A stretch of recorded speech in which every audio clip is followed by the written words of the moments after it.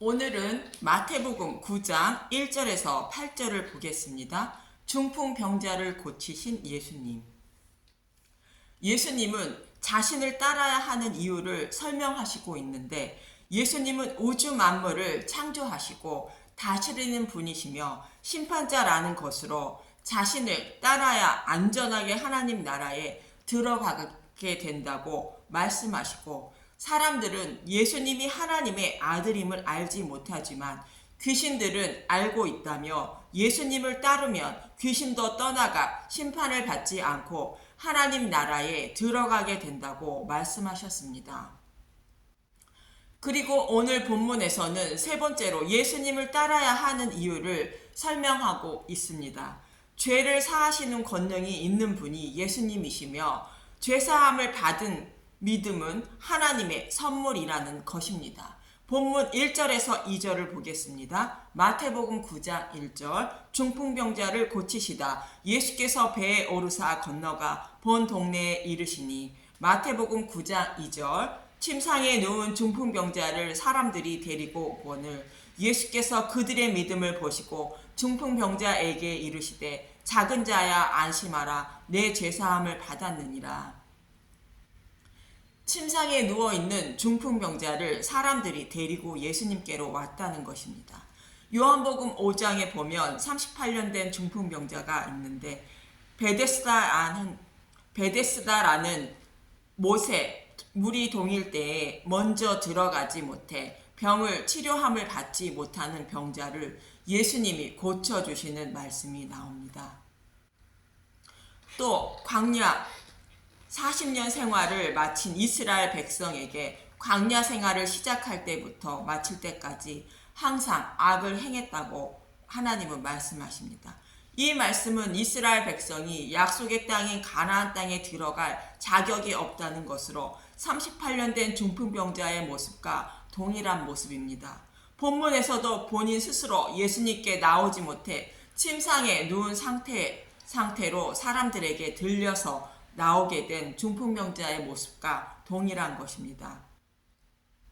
이 말씀들은 사람 스스로 어떠한 노력으로도 죄사함을 받지 못해 구원받을 수 없다는 것을 말씀하고 있는 것입니다. 이렇게 중풍병자의 모습이 바로 저와 여러분을 포함한 모든 인류의 모습인 것입니다. 이런 중풍병자와 같은 저와 여러분의 죄를 사하여 주셔서 구원해 주시는 분이 예수님이라는 것입니다. 본문 2절에서 보면 침상에 누운 중풍병자를 사람들이 예수님께 데리고 왔다고 말하고 있는데, 동일한 말씀을 하고 있는 마가복음 2장과 누가복음 5장에는 지붕을 뚫고 침상을 내렸다고 말합니다. 마가복음 2장 3절. 사람들이 한 중풍병자를 네 사람에게 메워 가지고 예수께로 올세. 마가복음 2장 4절. 무리들 때문에 예수께 데려갈 수 없으므로 그 계신 곳에 지붕을 뜯어 구멍을 내고 중풍병자가 누운 상을 달아내리니. 누가복음 5장을 보면 누가복음 5장 18절. 한 중풍병자를 사람들이 침상에 메고 와서 예수 앞에 들여놓고자 하였으나, 누가복음 5장 19절. 무리 때문에 메고 들어갈 길을 얻지 못한지라 지붕에 올라와 기와를 벗기고 병자를 침상째 무리 가운데로 예수 앞에 달아내리니. 그런데 본문에서 마태는 지붕을 뜯었다는 말을 빼고 있는데, 마태복음은 유대인을 대상으로 쓴 말씀으로 지붕을 뜯어서라도 예수님께 나아가라는 열심이 있어야 죄사함을 받는다고 생각하지 못하게 하기 위하여 뺀 것입니다.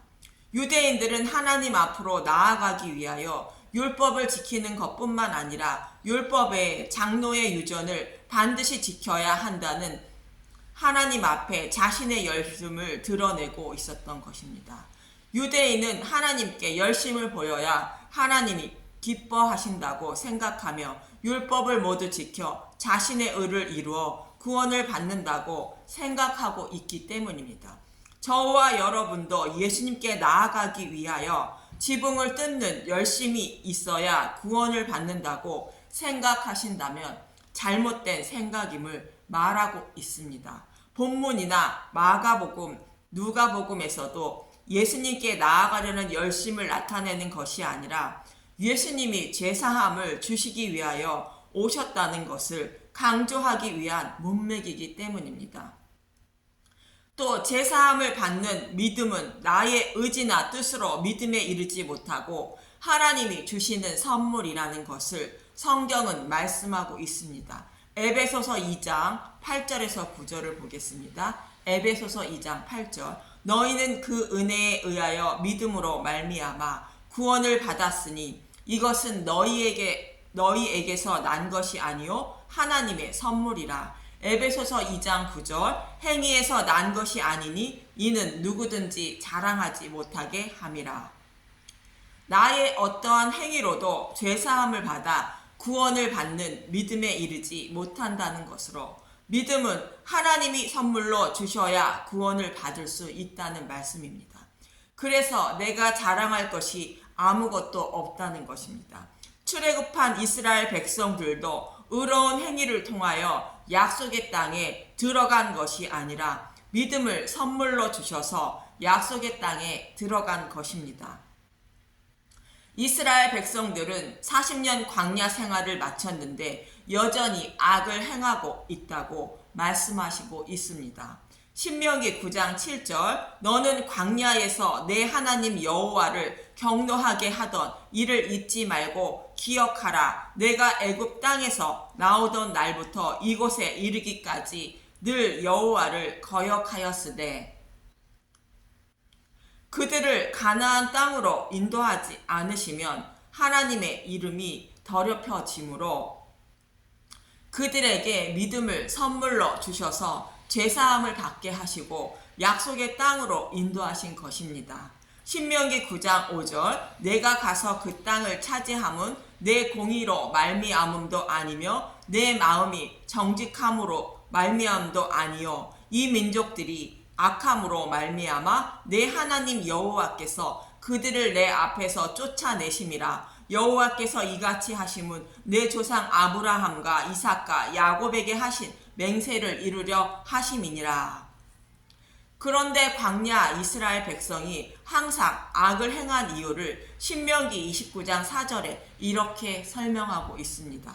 신명기 29장 4절 그러나 깨닫는 마음과 보는 눈과 듣는 귀는 오늘 여호와께서 너희에게 주지 아니하셨느니라. 마음의 할례를 베풀어 주시 않아서 믿음에 이르지 못하였고 악한 상태 그대로 광야 생활을 마쳤다는 것입니다. 의인은 없나니 하나도 없다는 것처럼 하나님의 간섭이 없다면 의인이 되지 못한다는 것으로 광야 생활을 마칠 때까지 하나님은 간섭해 주시지 않았다는 말씀입니다.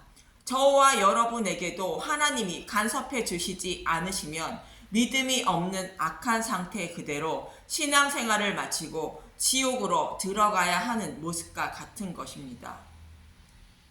그렇다면 한 가지 의문점이 생기는데 이스라엘 백성이 죄를 범하면 성막에 가서 제물을 드리면 죄사함을 받는 것인데 왜 죄가 남아있는지 의문이 생길 수도 있습니다.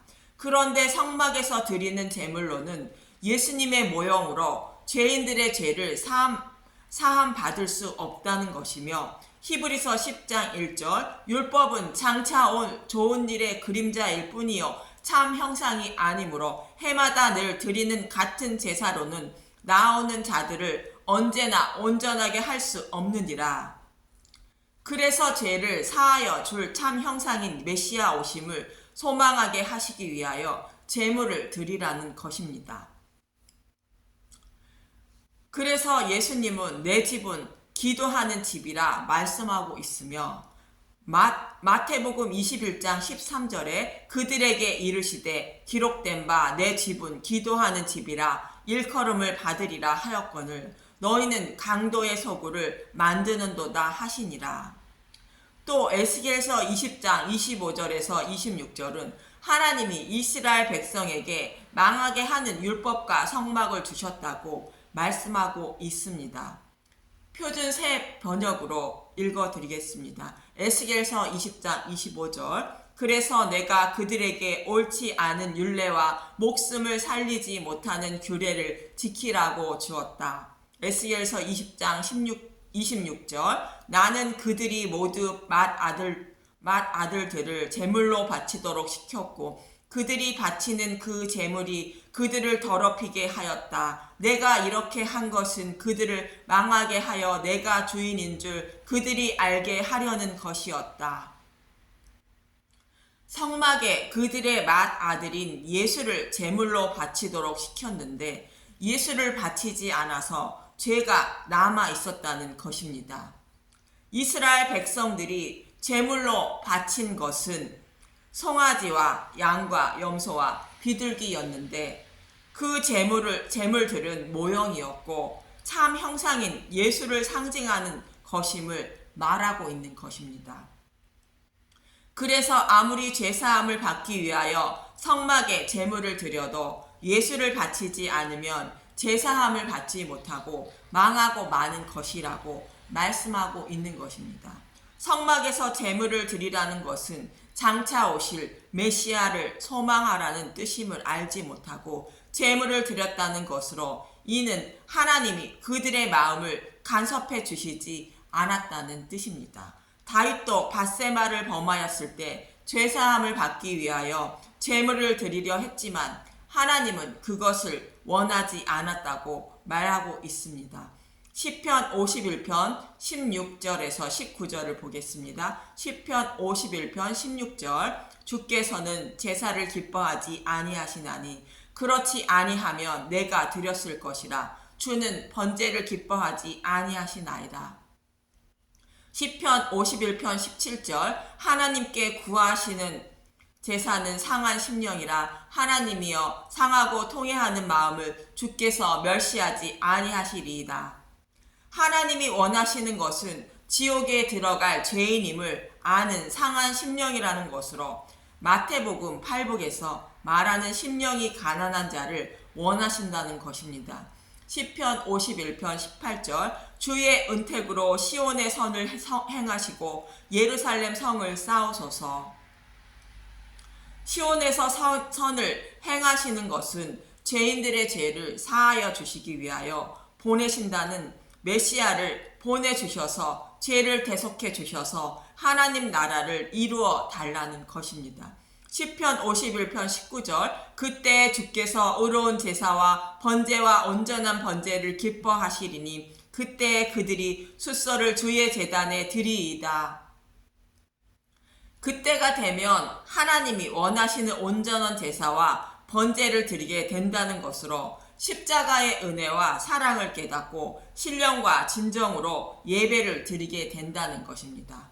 또 이사야 1장 11절과 호세아 6장 6절을 보면 하나님은 제물을 원치 않으신다고 말씀하고 있습니다. 이사야 1장 11절 여호와께서 말씀하시되 너희의 무수한 제물이 내게 무엇이 유익하뇨 나는 순양의 번제와 살찐 짐승의 기름에 배불렀고 나는 숫송아지나 어린 양이나 순염소의 피를 기뻐하지 아니하노라. 호세아 6장 6절 나는 인애를 원하고 제사를 원하지 아니하며 번제보다 하나님을 아는 것을 원하노라. 이렇게 하나님은 성막이나 성전에서 드리는 제물은 하나님이 기뻐하지 않는다는 것이며 죄인들을 구원하시기 위하여 보내신다는 메시아가 오셔서 자신들의 죄를 사하여 주실 것을 소망하는 마음을 원하신다는 것입니다. 그런데 이스라엘 백성이 성막에서 제사만 드리고 메시아 오심을 소망하지 못한 것은 마음의 할례를 베풀어 주시지 않아서라는 것입니다. 그래서 이제 출애굽한 이스라엘 백성들과 택한 백성들에게 마음의 할례를 베풀어 주셔서 여호와 하나님의 백성으로 삼아 주시고 약속의 땅으로 인도하신다는 것입니다. 신명기 30장 6절 내 하나님 여호와께서 내 마음과 내 자손의 마음에 할례를 베푸사 내게 마음을 다하여 뜻을 다하여 내 하나님 여호와를 사랑하게 하사 내게 생명을 얻게 하실 것이며 내 마음은 40년 광야 생활을 마친 이스라엘 백성을 말하며 내 자손의 마음은 먼 훗날 포로에 끌려갈 백성을 말하는 것으로 사단의 포로에 있는 저와 여러분을 말하고 있는 것입니다. 마음의 한련은 성령님이 찾아오셔서 깨닫는 마음과 보는 눈과 듣는 귀를 열어주셔서 믿음이라는 선물을 주시는 것을 말합니다.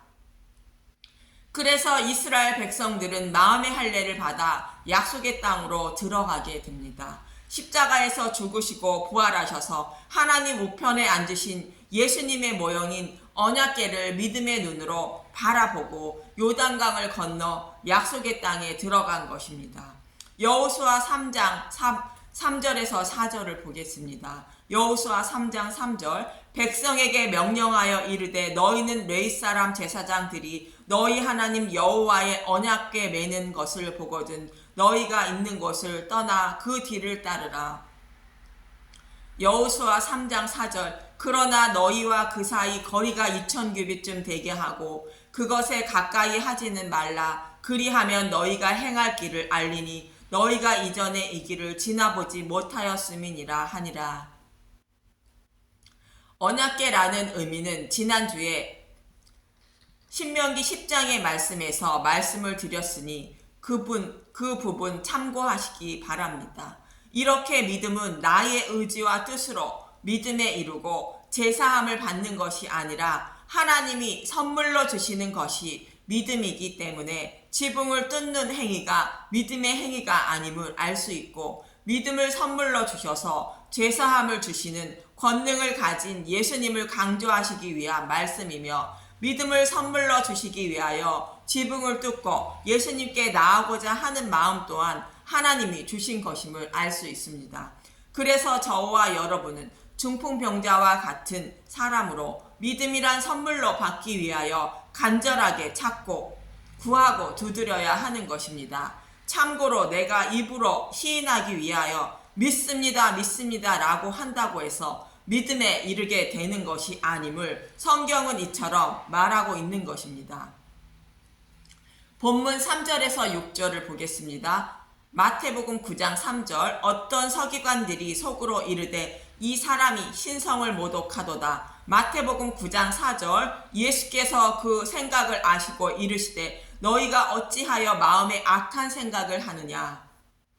하나님만 죄를 사하는 권세가 있는데 예수님이 중풍병자에게 죄사함을 받았다고 말씀하시니 당연히 신성모독으로 생각한 것입니다. 귀신도 예수님이 하나님의 아들임을 알고 있는데 율법을 연구하고 가르치는 서기관이 육신의 몸을 입고 오신 예수님을 알지 못하고 있기 때문입니다. 이렇게 생각하고 있는 서기관에게 예수님은 이렇게 말씀하십니다.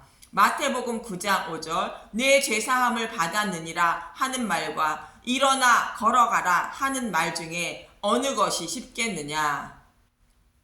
마태복음 9장 6절 그러나 인자가 세상에서 죄를 사하는 권능이 있는 줄을 너희로 알게 하려 하노라 하시고 중풍병자에게 말씀하시되 일어나 내 침상을 가지고 집으로 가라 하시니.